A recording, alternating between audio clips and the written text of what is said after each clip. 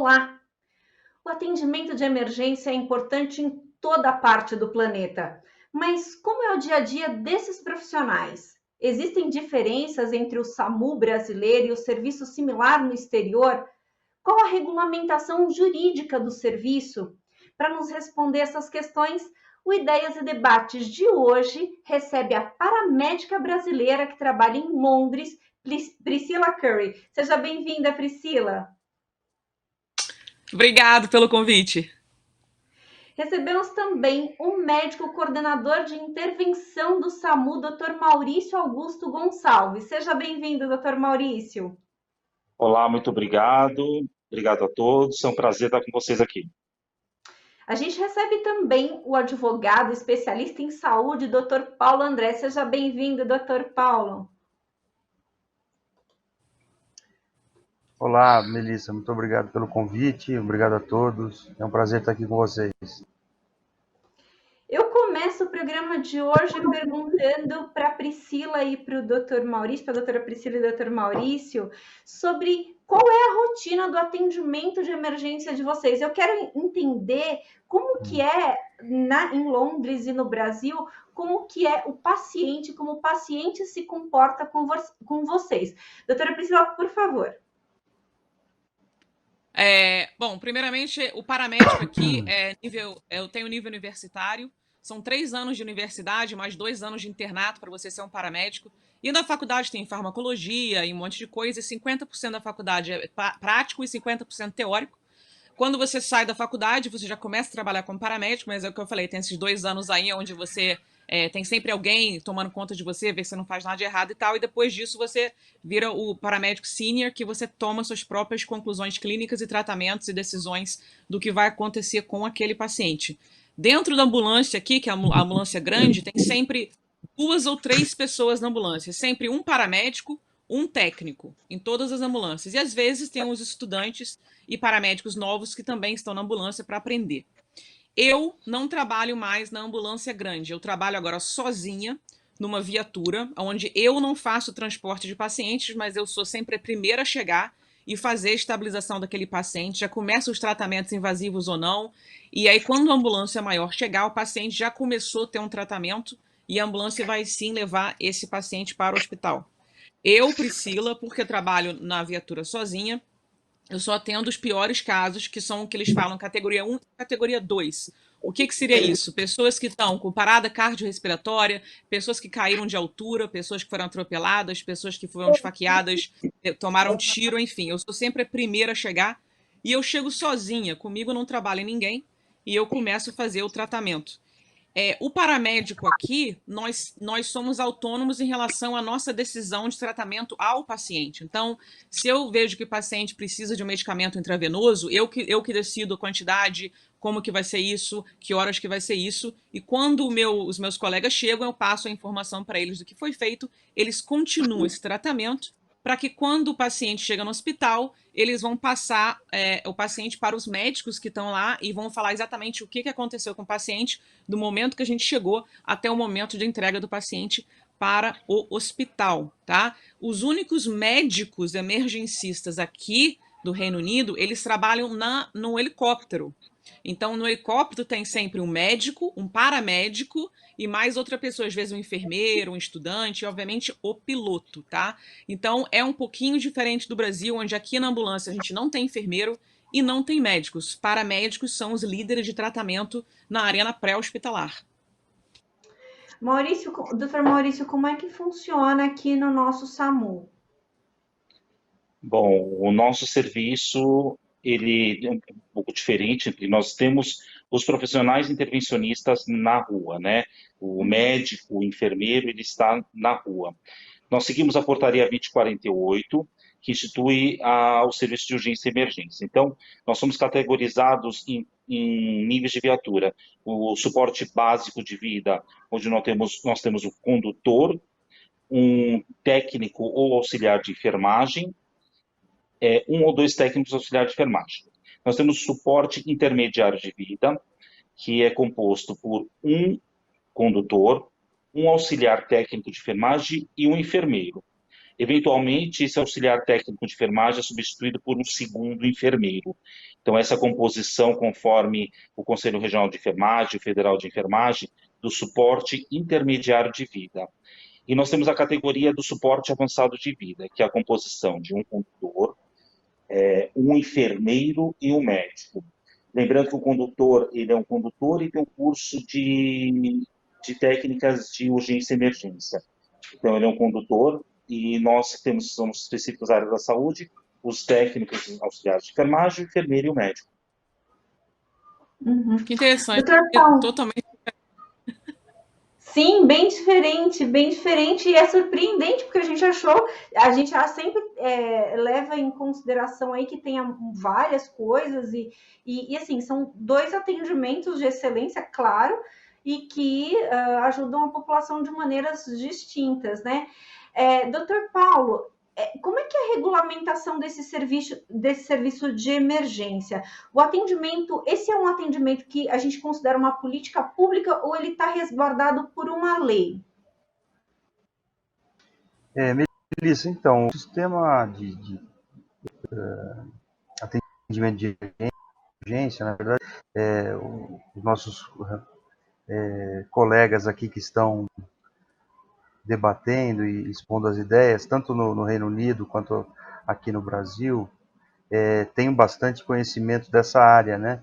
E talvez eles possam esclarecer um pouco melhor o dia a dia, como isso funciona. Mas do ponto de vista, vamos dizer, regulatório, existe uma submissão desse serviço ao Ministério da Saúde e existe uma portaria, uma série de regulamentações que também são estipuladas pelos estados da federação e existe aí partilhado entre a União, os estados e os municípios para o funcionamento dessa atividade.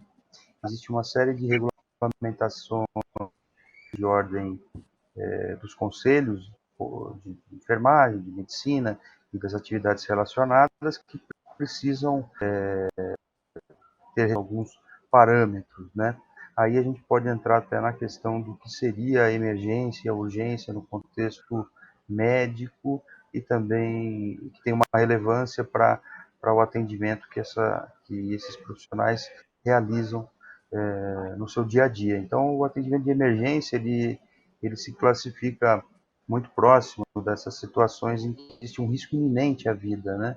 Existe uma situação em que por um ferimento, por um acidente, por uma agressão, ou por algum agente externo, ou mesmo por uma situação de um desmaio, situações convulsões, que precisam ali de uma intervenção imediata, sob pena de que possa ocorrer a iminência.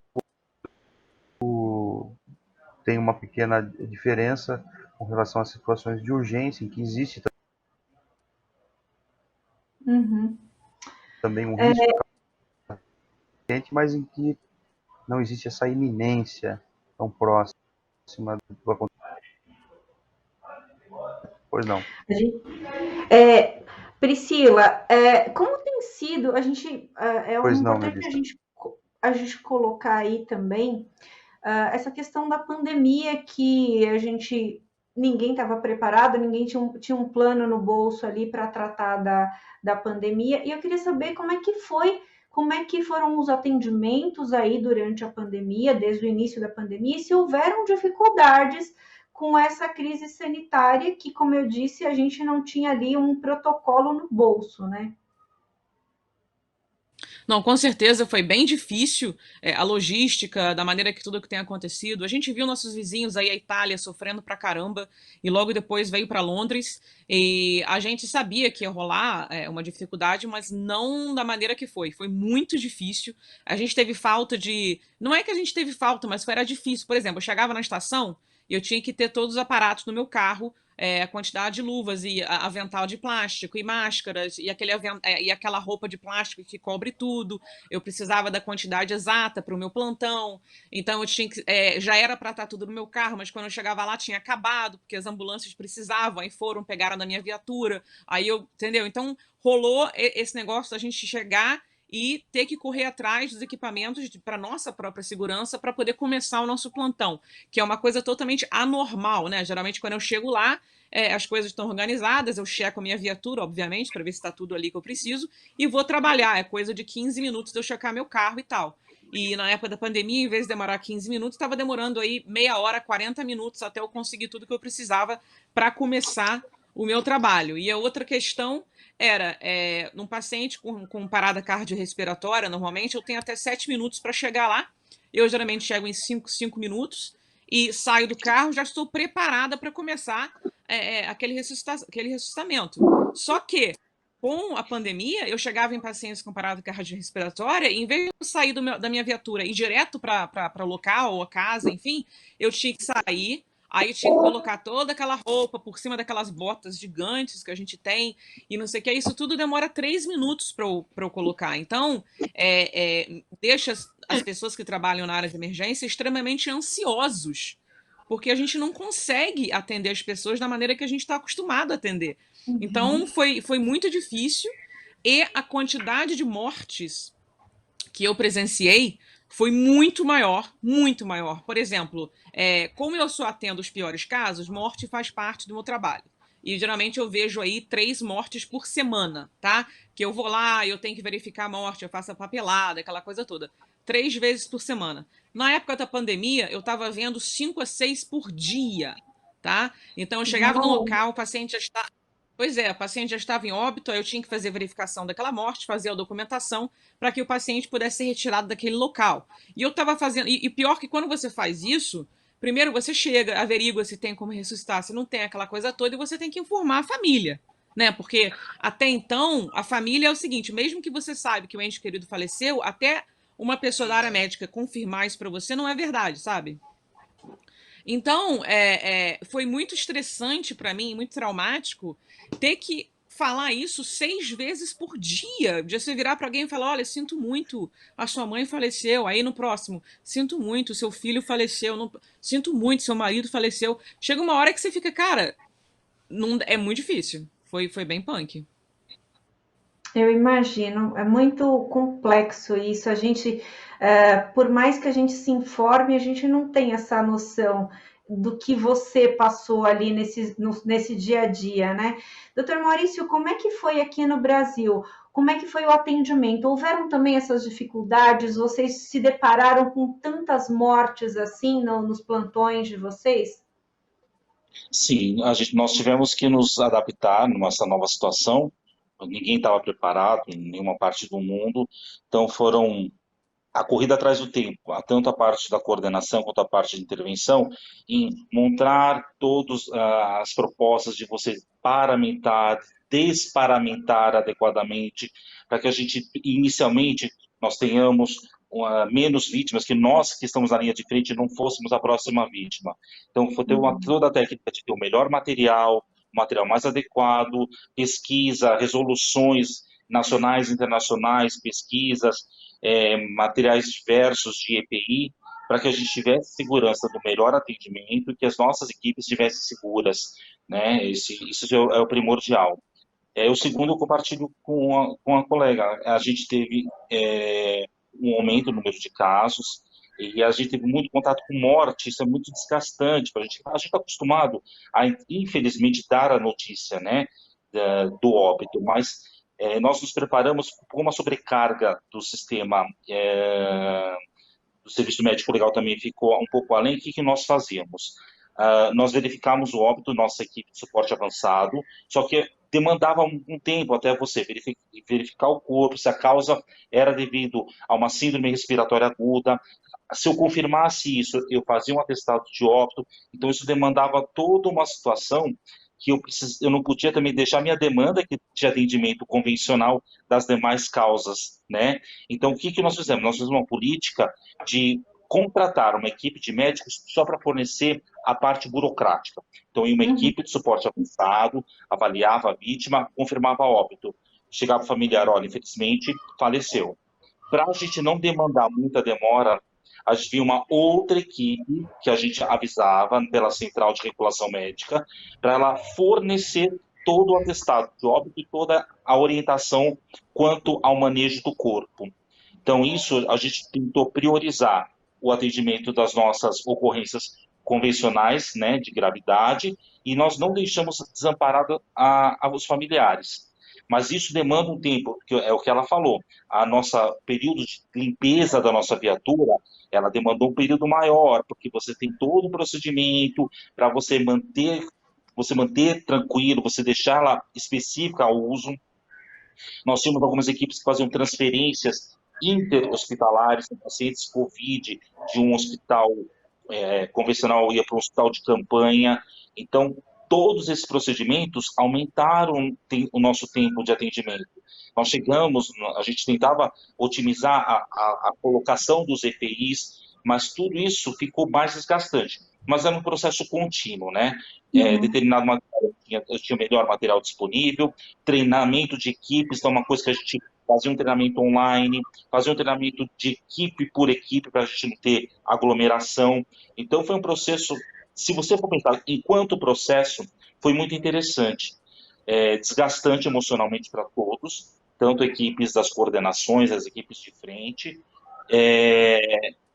isso foi bem exaustivo. E o que a gente está vendo nesse momento é um novo crescimento e, enfim, a gente já está meio, entre aspas, calejados, mas é bem bastante processo de proteção das equipes, que eu preciso garantir que tenham atendimento, que elas estejam protegidas, e eu dar o melhor atendimento aos familiares, né, porque é bem desgastante o emocional também da nossa população. É tão interessante. Com certeza. Pode você falar, falou um Priscila. ponto aqui. Tudo que você falou, é exatamente esse problema também. A gente tentou adaptar e mudar as equipes, só que não apenas estava demorando mais tempo para a gente lidar com as coisas, porque, claro, para verificação de morte, você imagina, pelo menos 1 hora e 1 hora e meia, porque você não pode chegar no local e falar, ó, morreu aí o papel aí, ó, tchau. Você não pode fazer isso. Ser humano é um ente querido. Seria extremamente antiético, né, desumano fazer. Então, realmente, o que você falou é chave. E outra coisa, devido a isso, a gente estava ficando com falta de ambulância, porque uma coisa que geralmente eram atendimentos rápidos e agora atendimentos estavam demorando muito mais. E a outra coisa que eu queria te perguntar, doutor, é que aqui, geralmente, quando a gente leva um paciente para o hospital, fora de pandemia, pode levar um ente querido, às vezes 2 na ambulância, que vão com o paciente para o hospital. Isso é uma coisa normal que a gente faz. Só que na pandemia, os hospitais falaram, não pode entrar mais ninguém, só pode entrar paciente. Então, era extremamente angustiante para eu, com uma pessoa, porque, claro, com a experiência de anos, você meio que entende o paciente que vai falecer ou que talvez não vá falecer. E você não pode falar isso para a família. Você não vai virar para a família, ó, sua mãe vai morrer daqui a 2 dias. Você não vai falar isso. Só que no seu coração você...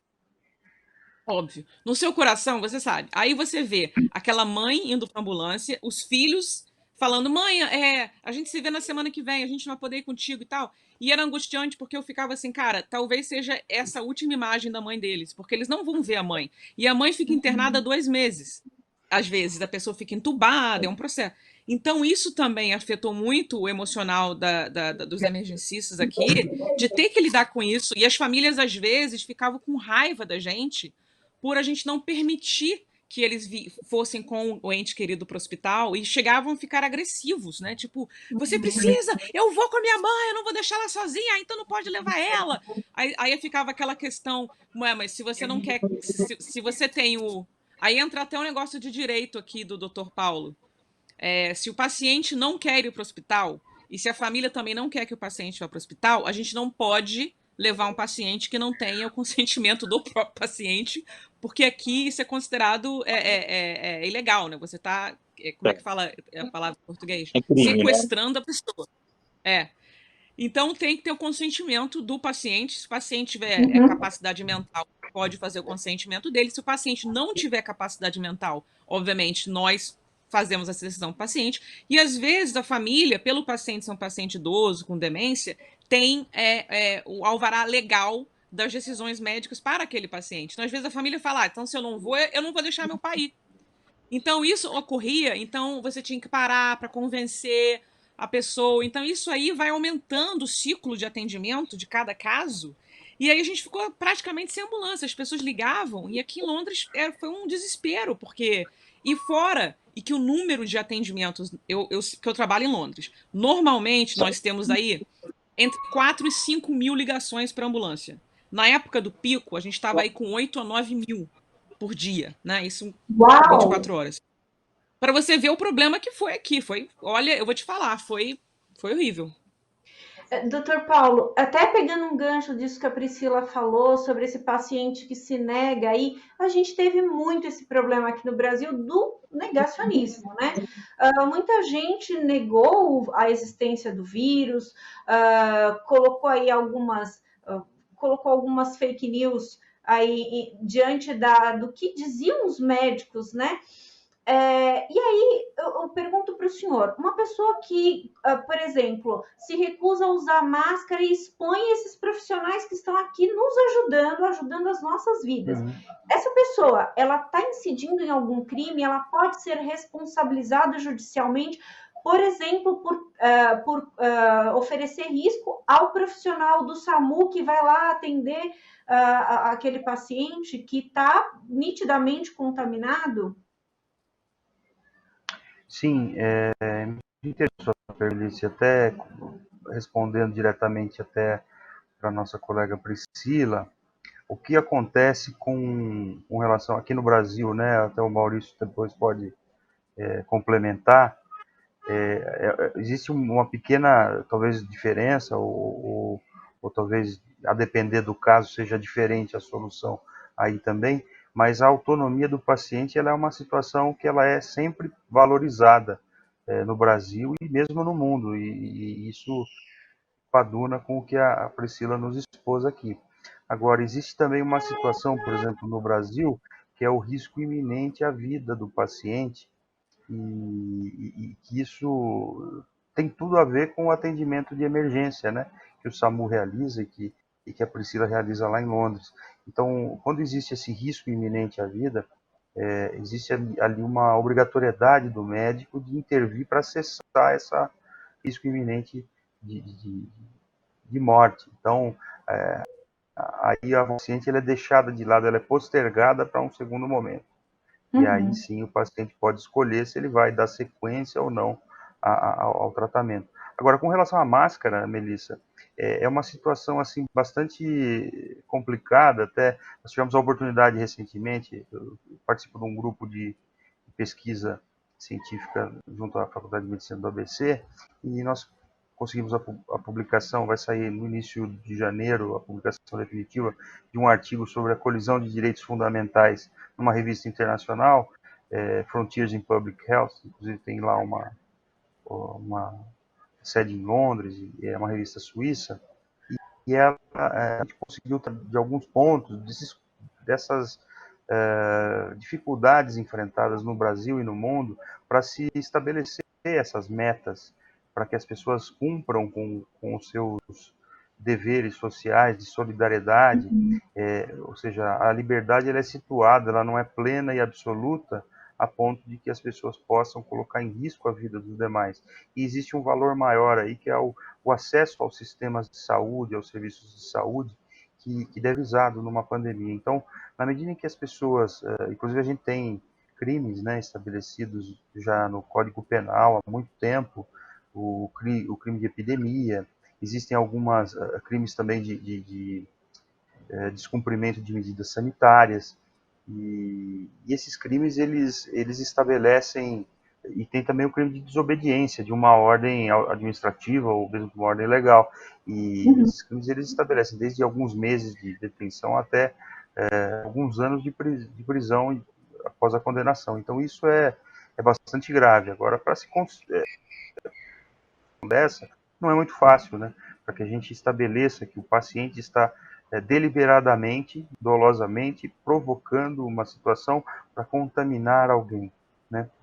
Aproveitando o que a Priscila colocou também sobre Londres, nesse artigo nós tivemos a oportunidade de analisar uma decisão de uma corte de Londres também sobre um hospital que compõe o NHS, que queria deshospitalizar um paciente crônico que já estava há bastante tempo lá, alguns anos nesse hospital, e se queria então criaram uma ala específica para Covid. E aí esse paciente, o juiz determinou que ele fosse deshospitalizado e colocado em uma ala comunitária de uma moradia assistida que suprisse as suas necessidades, que não era necessário que ele permanecesse no ambiente hospitalar e teria que dar lugar a essas vagas para a Covid. E foi estabelecido, inclusive, para o juiz que ele não poderia retornar ao hospital a não ser se fosse encaminhado por uma ambulância. E aí eu acho que é aí que entra o papel da Priscila, né? Quer dizer, eventualmente esse paciente, aí, se encontrar com ele aí, numa situação de emergência, aí ele pode ser encaminhado para o hospital. Do contrário, ele não poderá. Eu acho que isso é bastante esclarecedor da situação não usual que estamos vivendo, né? Tudo novo, a pandemia realmente trouxe desafios muito grandes para a saúde, para todos os seus atores. Sim, você vê que as questões jurídicas também tiveram que se adequar aí a essa nova realidade, até para que conseguíssemos atender aí a demanda e aí resolver esse problema do negacionismo, né? Priscila, a gente sabe que vocês estão já no processo de vacinação aí em Londres, e eu queria saber, você já tomou a vacina? Como que tá aí essa vacinação? Como a gente sabe também que foi noticiado que algumas pessoas tiveram reação à vacina da Pfizer, como é que tá essa história toda aí da vacinação com vocês? Bom, primeiramente, eu não recebi a vacina ainda. Eu estou ansiosa para receber, eu quero receber a vacina. Me falaram que talvez a gente receba no final do ano ou em janeiro. Eu acredito que em janeiro, né? Mas eu sempre mantenho. Eu tenho as redes sociais que chama Priscila Paramédica Londres, onde eu mantenho meu público informado, não somente sobre a pandemia, sobre saúde em geral, saúde mental, e também também falo muito da vacina, né? Aqui, terça-feira passada, 8 dias atrás, começou a vacinação da vacina Pfizer-BioNTech. Foi a primeira vacina que foi aprovada para uso emergencial. Como todo mundo já está careca de saber, essa vacina é uma vacina extremamente delicada, precisa ser mantida a menos 80, menos 70 graus centígrados. Ela não pode ser manuseada mais do que 4 vezes, transportada de um local para o outro. É uma vacina que tem um monte de detalhe que está fazendo a logística dela ser extremamente difícil. Tá? Então, o Reino Unido começou a vacinação das pessoas acima de 80 anos e seus cuidadores, e também as pessoas que estão vacinando. Então, os enfermeiros que no momento estão vacinando também já foram vacinados. Pessoas como eu, da área, mesmo que eu seja da área da frente, né, vendo os pacientes aí com coronavírus todo santo dia, a gente não é o primeiro do primeiro. Nós estamos no primeiro grupo, mas não vou ser a primeira da primeira. Com certeza eu vou receber a vacina da Pfizer, que são 40 milhões de doses compradas, e então 20 milhões de pessoas serão vacinadas com essa vacina, sendo que nós precisamos de 2 doses. Primeira dose e depois segunda dose 21 dias depois, e você só ganha a imunidade de 95% depois de 7 dias da segunda dose. Então vamos botar aí um mês de espera entre a sua primeira dose e segunda dose para você ficar com 95% de eficácia, que foi comprovado pela Pfizer-BioNTech. Em relação a efeitos colaterais, é muito importante, em relação não apenas sobre a vacina, mas em tudo que a gente tem visto hoje em dia, abra os seus horizontes e pare de ficar com aquela visão afunilada, tá? A visão afunilada, o que ela te diz? 2 pessoas tiveram reações adversas, meu Deus do céu, essa vacina é um terror. Gente, se você pegar a bula do ibuprofeno na sua casa, que todo mundo tem, pega a bula do paracetamol e leia efeitos colaterais adversos, comuns, raros e muito raros. Você não vai tomar o remédio, você não vai tomar, tá? Então, assim, é óbvio que uma vacina vai ter efeito colateral, é impossível, na história a gente nunca viu qualquer medicamento que não tenha um efeito colateral. Essas 2 pessoas que são da área médica tiveram o início de um ataque anafilático, que é uma alergia que pode matar a pessoa, tá? E eles tiveram essas alergias sérias, eles estavam sendo monitorados, obviamente, e agiram rapidamente, e essas 2 pessoas passam bem. Agora, é importante mencionar que esses 2 profissionais que sofreram essa alergia anafilática já sabiam que sofriam alergias graves. São pessoas que já carregavam em sua pessoa uma caneta que a gente chama de caneta de EpiPen, que é uma caneta que administra adrenalina numa emergência de ataque anafilático. O que é ataque anafilático? É uma alergia que pode vir a matar a pessoa. Essas pessoas já sabiam que tinham essa alergia e, na verdade, não deveriam ter recebido a vacina. Então, foi uma questão que é uma condição que elas já tinham e que a vacina exacerbou. Então, a Pfizer-BioNTech já falou, qualquer pessoa que tenha uma alergia conhecida a medicamentos e comida, para não tomar a vacina nesse instante, para consultar o médico, enfim, para ver se vai valer a pena nesse instante ou não, enquanto eles investigam qual foi o componente da vacina que causou essa alergia nessas pessoas. Lembrando que a vacina da Pfizer-BioNTech foi testada em 44 mil pessoas e não houveram esses efeitos colaterais. Então, sempre colocar os fatos de uma maneira, uma visão ampla da questão e não afunilar. Tudo que você botar no funil, o resultado vai ser caótico, você vai ficar desesperado, vai achar que o mundo vai acabar, mas não é assim, né? A vacina ela Sua é segura, observação é perfeita.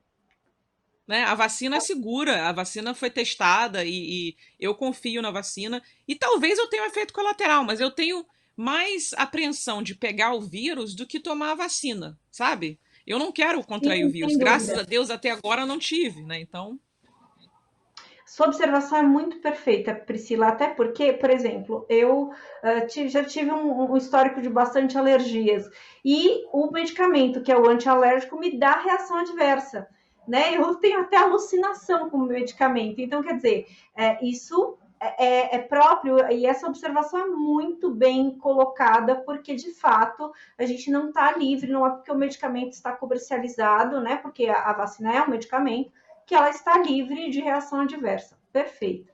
Doutor Maurício, como é que vocês estão nessa expectativa para serem vacinados aqui no Brasil? Vocês também, com muita justiça, serão os primeiros a serem vacinados aqui, porque, obviamente, tem uma exposição, um grau de exposição muito maior do que qualquer outra pessoa. E eu queria saber como é que está a expectativa de vocês com relação a esse processo de imunização e também, e por ser o grupo prioritário, como é que vocês estão vendo essa questão? Bom, acho que o mundo inteiro fica num quadro de uma ansiedade, né? Fica ansioso por esse momento, que é o momento que a Inglaterra já começou, né? E a gente ainda está nesse stand-by aguardando esse momento. A gente fica fica bem ansioso, né? Porque a gente continua na exposição no momento que nós temos de um crescente de atendimentos, de novos casos de síndrome respiratória aguda, casos confirmados. Na primeira onda, chamando assim, nós fizemos uma testagem de toda a equipe, de todo o SAMU 92, e a gente fica ansioso, né? É normal, porque a gente continua com a exposição, não só a exposição no trabalho, como toda a exposição no dia a dia. É um período mais que você tem mais ir e vir pela cidade, né? Porque é época de final de ano, então você tem mais a população como um todo, não tomando as medidas básicas, apesar de toda a orientação, das políticas de orientação, de uso de máscara, uso de álcool gel. Então a gente tem esse plus do atendimento, então a exposição de manejo de via aérea, apesar de todo o cuidado, de tudo que a gente já sabe, mas a gente fica um pouco mais ansioso, não tem como, né? Então a gente fica naquele momento, naquele limiar de ansiedade e esperança para que logo aconteça a sonhada vacinação. Nós temos algumas já em estudos, né? A da Pfizer-BioNTech, que nós temos aqui na produção nacional da Coronavac. Então, independente, né? O que é importante é que nós tenhamos em breve essa imunização para os grupos de riscos inicialmente, mas que todos tenhamos uma ansiedade. Uhum. E é interessante, vocês me fizeram lembrar de uma entrevista que eu fiz no começo da pandemia com um médico que também estava na linha de frente no atendimento de urgência e no pronto-socorro, aliás, e esse doutor, ele falou para mim assim, quando eu chegava em casa, isso me tocou muito, eu estava já exausto de ver tudo aquilo, aquela situação toda, e abraçar o meu filho falava, não papai, não, você tem que se higienizar primeiro para depois vir me dar um beijo. E aí, e aquilo vocês me fizeram lembrar, porque às vezes as pessoas esquecem que vocês também têm família e que estão ali expostos e que a gente tem que fazer não só por nós, mas por vocês também que têm ali pessoas em casa que de repente estão no grupo de risco e que precisam também ser cuidadas, né? Então, quer dizer, é uma questão extremamente complexa e é aí que vem a vacina, né? A gente está esperando com muita ansiedade mesmo. Doutor Paulo, a gente, ainda falando sobre essa questão da vacina, a gente sabe aí que tem uma lei desde 1975 que obriga a vacinação. E aí, e esse obrigar a vacinação, você é muito simples. Quando a gente sai da maternidade, você já sai com a carteirinha na mão, você faz ali as vacinas básicas. Então, quer dizer, ali, de uma forma ou de outra, você está sendo forçado a tomar determinada vacina. Não é um forçado. Forçado, eu acho que não é nem a palavra mais correta, porque te remete ao uso da força, e não é isso. É não poder estar em convívio coletivo, né? Esse é o que prevê a lei. Eu queria saber do senhor, se recusar a vacina, de fato, a pessoa dizer não vou tomar, há alguma consequência jurídica com relação a isso? A gente sabe que o STF está analisando a matéria. O que o senhor acha que vai sair dessa decisão? Melissa, a questão da obrigatoriedade, né, no caso, a gente tem, como você mesmo colocou, essa lei da década de 70, que estipula realmente que o Plano Nacional de Vacinação, que ele é renovado e ele é feito de acordo com as circunstâncias necessárias, ele compõe uma obrigatoriedade e essa obrigatoriedade será sancionada nos termos legais e regulamentares, né? A gente sabe também que tem uma lei da pandemia, que foi editada pelo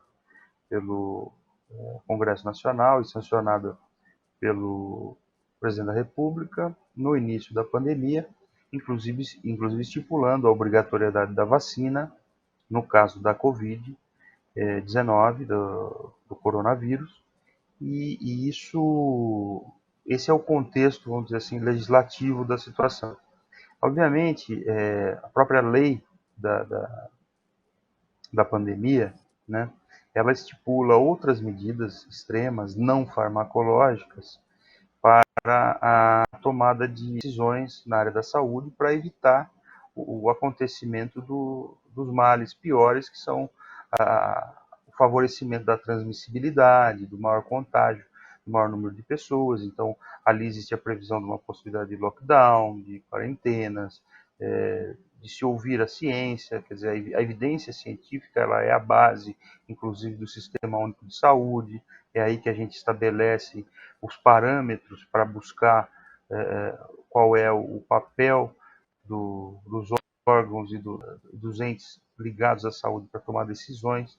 E então tudo isso leva a crer que a gente tem sim uma coercibilidade, a gente tem a possibilidade de impor a vacinação de uma forma obrigatória.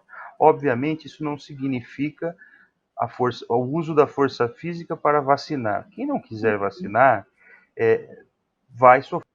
Essas punições elas podem vir, elas são da ordem dos direitos civis e políticos. Por exemplo, uma emissão de passaporte, ela pode ter uma vedação, a caderneta de vacinação que não esteja completa, a pessoa ela vai receber um benefício assistencial em alguma determinada municipalidade, Bolsa Família, que seja, ela pode ter uma interrupção dessa concessão por falta de apresentação da sua caderneta de vacinação em dia, e dentre outras punições dessa natureza, dos direitos civis e políticos, de exercício desses direitos. Agora, existem outras medidas, por exemplo, o isolamento, nós podemos tratar isso no artigo também, nós temos até uma tabela no artigo com uma série de medidas extremas, e algumas delas são possíveis de serem impostas com uma coerção, uma mera ordem administrativa de um órgão do Estado, de saúde, às vezes até não precisa de um médico determinando, e outros vão depender. Por exemplo, o médico precisa determinar que a pessoa seja submetida a um tratamento. Aí a pessoa pode dizer, não, eu não vou submeter. Nesse caso da Covid, existe ali uma possibilidade de uma coerção para que isso seja feito, porque essa pessoa está colocando em risco outras pessoas. Um isolamento social fora do domicílio, que seria assim, obrigatório, no caso de uma pessoa que esteja contaminada, ela pode ser determinada com uma força, inclusive, de imposição, para que essa pessoa seja, então, isolada, seja num ambiente hospitalar, numa clínica ou em algum ambiente que ela possa passar uma quarentena forçada, do ponto de vista de um isolamento social. Isso tudo está previsto na lei. Então, existem medidas em que a imposição da força ela é possível e outras em que ela não é possível. No caso da vacina, nós não podemos impor a vacina com a força física, mas existe sim a possibilidade dessa sanção para convencer as pessoas. Aí existe uma questão de liberdade com solidariedade. A gente tem que pensar no dever social, no dever de fazer o bem, de buscar uma melhor possibilidade de se sair desse quadro pandêmico. A vacina não é uma garantia de que sairemos desse quadro em que estamos. Nós estamos dando tiro aí, mas estamos torcendo para que isso dê certo. Mas existem outros elementos que ainda vão nos dizer nos próximos meses quais serão os próximos capítulos ou não, né? Então é isso. Tecnicamente é o que a gente pode esperar da vacina enquanto obrigatória. Doutora Priscila, doutor Maurício, vocês falaram aí no começo da dificuldade de dar uma notícia de falecimento para alguém. E aí não tenho como não tocar num assunto que eu acho que é muito delicado para vocês e que infelizmente, passamos muito durante essa pandemia, que foi a perda de profissionais da saúde, de colegas. Eu queria saber se vocês passaram por isso no dia a dia de vocês e como é que foi voltar ao trabalho depois de ver um colega falecer em função da Covid. Doutora Priscila, por favor. Olha, só para complementar um pouquinho o que o Dr. Paulo falou de obrigatório, e nem sei falar essa palavra em português aí, de forçar as pessoas, isso, de forçar as pessoas. Aqui no Reino Unido, todas as vacinas são opcionais, inclusive as vacinas de criança, os pais decidem se a criança vai tomar ou não. Eu só queria dizer isso porque é bem diferente do Brasil. Não existe uma lei que obriga as pessoas a tomarem vacina e até agora, não sei se vai mudar, não existe uma lei onde você não pode fazer certas coisas porque seu filho não foi vacinado. É claro que a campanha de vacinação aqui é forte, a educação que o governo passa para as pessoas é a educação de ser vacinado, sim, tentando combater as notícias falsas em relação às vacinas. Antes mesmo da pandemia, nós já temos aí aquele movimento anti-vacina. Então, mas não é obrigatório. O que o governo falou aqui, que o Boris Johnson, nosso primeiro-ministro, falou, é que a vacinação não vai ser lei, as pessoas não são obrigadas a tomar. O que a gente não sabe ainda é se vai existir, foi o que o Dr. Paulo falou, outras maneiras de tentar fazer com que as pessoas queiram tomar, porque, por exemplo, talvez não possam viajar, talvez não possam fazer certas coisas ou irem a certos lugares se não provarem que tiveram a vacina. Isso a gente não sabe, não ficou muito claro isso, mas com certeza não vai ser obrigatória. Só queria falar porque é bem diferente aqui do Brasil, né? Em relação à perda de colegas pelo Covid, sim, eu perdi um colega com Covid. Foi de uma maneira estranha. Ele, infelizmente, sofreu um ataque cardíaco na época que estava aqui a pandemia muito ruim. E ele foi internado, colocou stent no coração dele e tal, ele estava se recuperando e contraiu Covid e veio a falecer, porque é uma pessoa cardíaca se recuperando, né, de uma cirurgia cardíaca e um ataque cardíaco, as chances de pegar um Covid e se recuperar são pequenas, e infelizmente ele veio falecer. Então foi bem ruim, porque ele era um cara super bem de vida, assim, ele tinha 50 anos de idade, mas não era uma pessoa... ele não era obeso, não tinha nada disso, assim. Infelizmente ele era fumante, fumava muito, mas ele era um cara alegre, amigo, todo mundo adorava ele. E quando a gente soube que ele faleceu, foi horrível, assim, entrar no... A gente chama de mess room, que é o nosso lugar onde todo mundo toma chá, que aqui todo mundo toma chá com leite, né? Sem chá com leite nada acontece. No Brasil é o cafezinho, né? Aqui é o chá com leite deles. E é onde a gente tomava o chá com leite, batia papo, e ficou, assim, um silêncio, assim, tipo... Foi difícil, não foi fácil, mas aqui eles oferecem muito suporte psicológico para os funcionários. Então, tinha um psicólogo ali que podia falar com a gente, era só ir no lugar e falar com o psicólogo. Tem um telefone 24 horas por dia, que qualquer momento, se eu ligar agora, vai ter alguém para conversar comigo sobre as minhas ansiedades relacionadas à pandemia. Então, tem bastante suporte psicológico para nós que trabalhamos de frente e temos que lidar com morte não apenas dos pacientes, mas dos nossos próprios familiares e amigos e colegas de trabalho, né? É uma coisa surreal. Eu tenho certeza que que o doutor vai concordar comigo aí do SAMU, que, cara, nunca, né, na minha vida, que eu imaginei que eu fosse viver e trabalhar num momento tão histórico como esse. Doutor Maurício, como é que foi com vocês aí no SAMU? Nós tivemos a perda logo no início de um colega médico da intervenção. Infelizmente, a doença ela é multiforme, faz muito evento tromboembólico, né? Então, há muitas causas, como tromboembolismo pulmonar, secundário, uma internação mais prolongada. Nós tivemos perdas, sim, de um colega médico, apenas um, né, da intervenção. Tivemos, sim, outras perdas de outros profissionais não médicos também, mas é bem difícil você lidar com isso, você passar para os familiares, conviver com essa situação iminente, você está todo momento esperando, né? Você pode ser, infelizmente, apesar de todos os cuidados, de toda o conhecimento que é pequeno, né, uma situação única e singular até então vivida, mas a gente vive sempre na iminência de ser o próximo, infelizmente, né? Então isso é um fator ansioso. Nós tentamos achar algumas estratégias para tentar diminuir a ansiedade das nossas equipes. Nós temos alguns suportes de alguns centros universitários que pôde nos dar nesse momento. A gente ficou fazendo um serviço bem próximo entre as equipes, de tentar notificar se tiver alguma necessidade de um apoio psicológico, que é extremamente entendível, né? Mas é um momento complicado. E a perda desse colega deixou toda a equipe fragilizada, né? Mas tem que continuar. Com certeza. E a gente agradece demais a dedicação de cada um de vocês, de abdicar, às vezes, de momentos de lazer com as suas famílias, de se expor e para salvar as nossas vidas. Então, a gente agradece, com certeza, quem está em casa deve estar agradecendo também, porque vocês trocaram muitas experiências positivas com a gente hoje. Queria agradecer, a gente, infelizmente, encerrou o nosso tempo, mas foi um papo muito bacana e muito esclarecedor sobre o trabalho de vocês. Muito obrigada, doutor Maurício, muito obrigada, doutora Priscila, muito obrigada, doutor Paulo, por essa troca de experiência, por dividir conosco um pouco do conhecimento de vocês. Muito obrigada. Nós te agradecemos, obrigado, colegas. Obrigado. Prazer em falar com vocês. Foi, muito obrigada. Muito obrigada. A gente, em outras ocasiões, vamos falar de novo sobre esses assuntos, porque realmente é muito importante a gente ter mais esclarecimento de quem realmente entende da coisa. Eu quero agradecer a presença de vocês dois. Eu aprendi com os dois hoje, né? Vocês estavam falando, eu ficava, nossa, como é diferente, né? E é outro mundo, porque quando eu vim pra cá, eu tenho 38 anos hoje, mas eu vim pra cá com 20 anos de idade. Então, a minha vida adulta é aqui no Reino Unido, né? E me formei aqui também. Então, eu nunca trabalhei na área da saúde no Brasil. Meu pai é médico no Brasil, mas eu nunca trabalhei, né, na área. E eu troco muito figurinha com meu pai, e meu pai, ele agora tá na Bahia, mas ele era cirurgião no Rio e tal, mas agora ele é médico da família na Bahia.